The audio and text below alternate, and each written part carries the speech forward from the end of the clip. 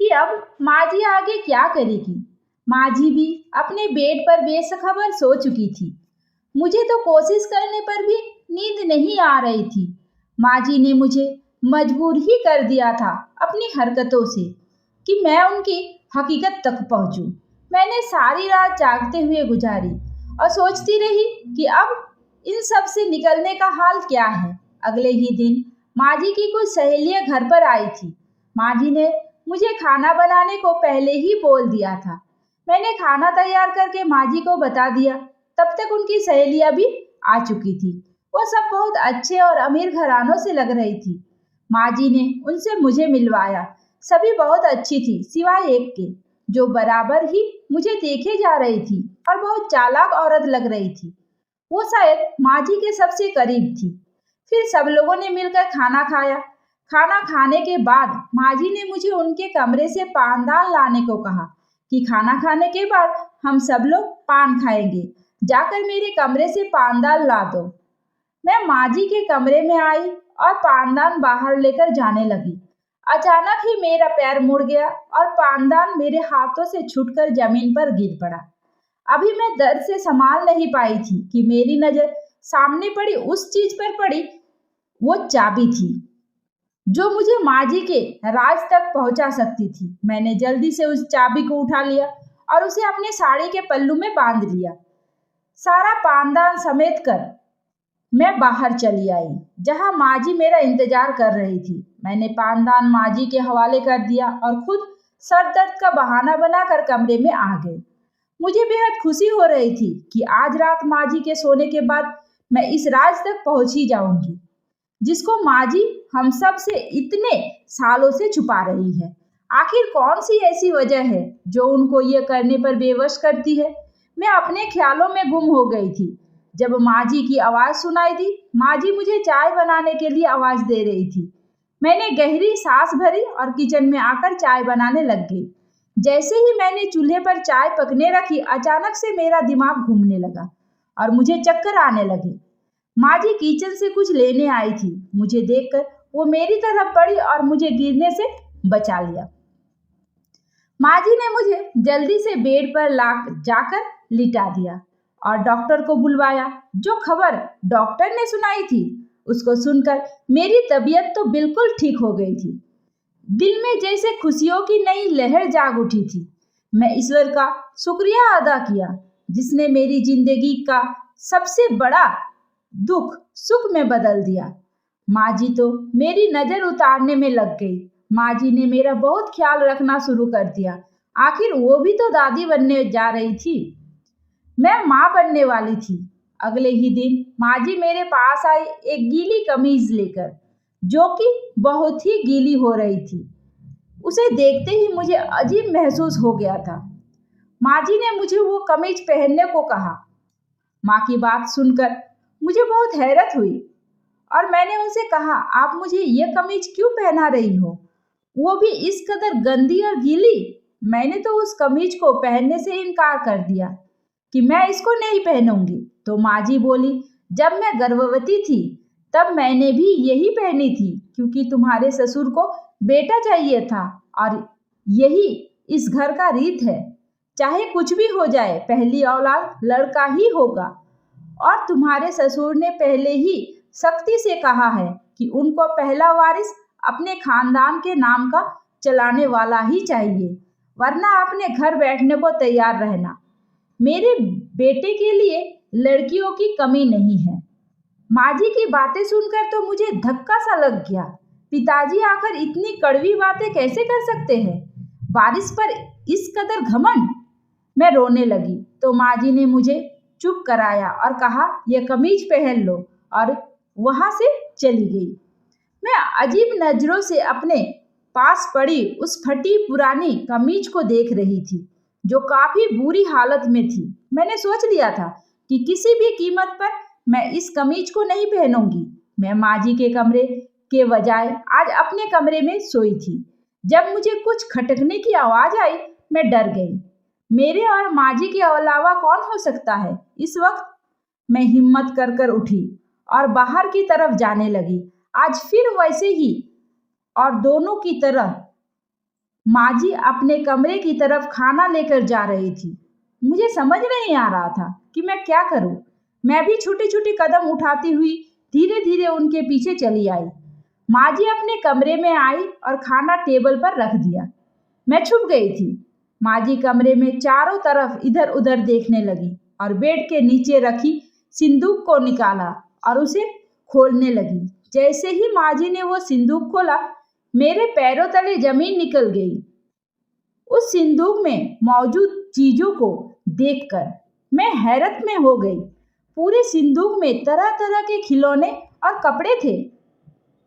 माँ जी ने उससे एक खिलौना निकाला और सिंदूक को वापस ताला लगा दिया। मैं बड़ी हैरानी से यह सब कुछ देख रही थी। उसके बाद माँ जी चलती हुई अलमारी के पास आई और उस अलमारी को खोला। जैसे ही माँ जी ने अलमारी के दरवाजे को खोला, मेरी तो रूह ही कांप गई थी। माँ जी ने अलमारी के दरवाजे को साइड पर खिसकाया, जहाँ एक खुफिया रास्ता दिखाई दे रहा था। यह सब देखकर तो मुझे बहुत डर लग रहा था। माँ जी उसी रास्ते में चली गई। मैं भी डरते डरते उनकी तरफ कदम बढ़ाए और चुपके चुपके उनका पीछा करने लगी। मेरा शरीर तो बुरी तरह से कांप रहा था। मेरे हाथ पांव ठंडे पड़ने लगे थे। माँ जी उस रास्ते से गुजरकर एक छोटे से कमरे की तरफ चली आई। मैं एक दीवार के पीछे खड़े होकर छुपकर उनको देखने लगी। अब जो मैं देख रही थी उसको देखकर तो मेरी आंखें फटी की फटी ही रह गई और मैं एक मूर्त बनकर ये सब कुछ देख रही थी। जहां पर माँ जी एक 15 साल की बच्ची को खाना खिला रही थी। मेरा तो होश ही उड़ गए। वो बच्ची बहुत ही अजीब सी लग रही थी। मैं इससे पहले गिर पड़ती, मैंने खुद को संभालने की कोशिश की। माँ जी मेरी आहट सुनकर फौरन ही पीछे मुड़ी। वो मुझे देखने लगी। मुझे देखते ही उनका रंग फीका पड़ गया था, जैसे उनके होश ही उड़ गए हो। उनको भी कुछ समझ नहीं आ रहा था कि वो मुझसे क्या कहे। वो मुझे देखकर बहुत घबरा गई, लेकिन वो ये सब जरूर समझ गई थी कि मैंने उनकी हकीकत का पता लगा लिया। अब मैं सब कुछ जान चुकी थी। माँ जी ने खुद को संभाला और मेरे सामने आकर खड़ी हो गई। मुझे माँ जी पर बहुत गुस्सा आ रहा था। ये सब वो क्या कर रही है, क्या खेल रचा रही थी। मैंने छूटते ही उनसे ये सवाल किया, कौन है ये बच्ची और इस तरह आपने इसे यहाँ छुपाकर क्यों रखा है? माँ जी चुप खड़ी हुई थी। मैंने उनसे दोबारा सवाल किया, बोलिए माँ जी, आप चुप क्यों खड़ी है? ये बच्ची कौन है और यहाँ पर क्या कर रही है? अब आप मुझे सब कुछ बता दीजिए, वरना मैं आपकी यह सारी सच्चाई पिताजी को फोन करके बता दूंगी और उनको यहाँ अभी इसी वक्त बुला लूंगी। मेरी बात सुनकर माँ जी रोने लगी। आखिर मेरी धमकी उनकर काम आ गई थी और माँ जी ने मुझे सारी कहानी सुनाई। कहने लगी, जब मेरी शादी हुई थी हम बहुत गरीब थे और तुम्हारे ससुर जी वो तो बहुत ही गर्म मिजाज के थे। मनीष के पिताजी के व्यवहार को तो तुम जानती ही हो। वो हमेशा ही अपनी मर्जी के मालिक रहे हैं। वो मुझ पर बहुत जुल्म किया करते थे। शादी के बाद उन्होंने मुझे कभी कोई सुख नहीं दिया। शादी के दूसरे महीने उन्होंने और उनके घर वालों ने बच्चों की रट लगा ली थी। उन्हें लड़की के नाम से नफरत थी। उनका तो यही कहना था कि बस हमें लड़का चाहिए जो इस घर का वारिस बन सके। मनीष के पिताजी मुझे दिन रात बांझ होने के ताने दिया करते थे। मैं बहुत परेशान लगने लगी थी। इन सब बातों की वजह से मैं डॉक्टर के भी काफ़ी इलाज किया, लेकिन कोई सफलता मुझे नहीं मिली। फिर मेरी सास मुझे एक पंडित के पास ले गई। उन्होंने मुझे उस मंदिर पर 15 दिन तक लगातार आने को कहा कि यहाँ आकर गरीबों को खाना दान किया करो। मैं रोज वहाँ जाती थी। एक दिन मैं वहाँ से वापस आ रही थी, तभी मुझे एक बच्चे की रोने की आवाज़ आने लगी। मैंने चारों तरफ देखा कि ये आवाज़ कहाँ से आ रही थी। जैसे ही मेरी नज़र सड़क के किनारे पर पड़ी हुई इस बच्ची पर पड़ी, मैं इस बच्ची को अपने गोद में उठा लिया। यह बच्ची एक सफ़ेद कपड़े में लिपटी हुई वहाँ पर पड़ी हुई थी। इसको देखकर तो मेरा दिल कांप उठा था। आखिर कौन ऐसा बदनसीब था जो इस बच्ची को इस तरह से यहाँ छोड़कर चला गया था। मैंने इस बच्ची को लिया और घर आ गई। शायद ईश्वर की तरफ से यह बच्ची मेरे लिए एक तोहफा थी, मेरी प्रार्थना का। मैंने इसे सबसे छुपा कर रखा। यह बच्ची एक चमत्कार करती है। मेरी जिस चीज को भी यह छूती है उस चीज में इजाफा हो जाता है। यह मेरी आजमाई हुई बात है। जब जब यह लड़की मेरे गीले कपड़ों को छूती है तो मेरे घर की दौलत बढ़ जाती है। इस लड़की का दिमागी संतुलन खराब है। मैं इसे छुपा कर रखती थी। अगर मैं कभी मनीष के पिताजी के सामने बेटी का जिक्र भी किया कर देती थी, तुम गुस्से से कहते थे कि बेटियां तो सिर्फ नाक ही कटवाने के लिए होती है। मुझे नहीं चाहिए बेटी। अगर तुम्हें लड़की हुई तो मैं खुद उसे अपने हाथों से मार दूंगा। मुझे तो सिर्फ लड़का ही चाहिए जो मेरी तरह हो, एक मर्द जो मजबूत और ताकतवर भी हो। मुझे उनकी सोच पर बेहद अफसोस आता था, लेकिन मैं बेबस ही थी। मैं क्या कर सकती थी? लेकिन जैसे जैसे यह बच्ची बड़ी होती चली गई, मेरे दिल बदलने लगे। कारोबार में इजाफा होने लगा। मैंने कहीं सुना था कि जो बच्चे ऐसे होते हैं उनकी हर प्रार्थना को सुना जाता है। मैं इस बच्ची से अपनी औलाद के लिए प्रार्थना करवाई, पर दिल में बहुत अजीब सा डर था कि कहीं यह बच्ची किसी के सामने ना आ जाए। बस इसलिए इसको सबसे छुपा कर रखती थी। जो कमीज मैंने तुमको दी थी वो इसी ने मुझे मनीष की पैदाइश के वक्त भी दी थी। तभी मेरा मनीष हुआ था। यह बच्ची तुम्हारे पति से बड़ी है। इसकी सेहत और दिमाग की वजह से ये इतनी छोटी लगती है। जब मनीष हुआ था तब ये बच्ची 6 साल की थी। तभी से ही इसके हाथ में यह चमत्कार है। तुम्हारा पति मेरी शादी के 8 साल बाद पैदा हुआ था, इसलिए सब मुझे बांझ समझते थे। लेकिन उसके बाद भी मेरी कोई औलाद नहीं हुई। मैंने इस बच्ची को अपनी औलाद की तरह पाला है और सबसे छुपाकर इसकी परवरिश की।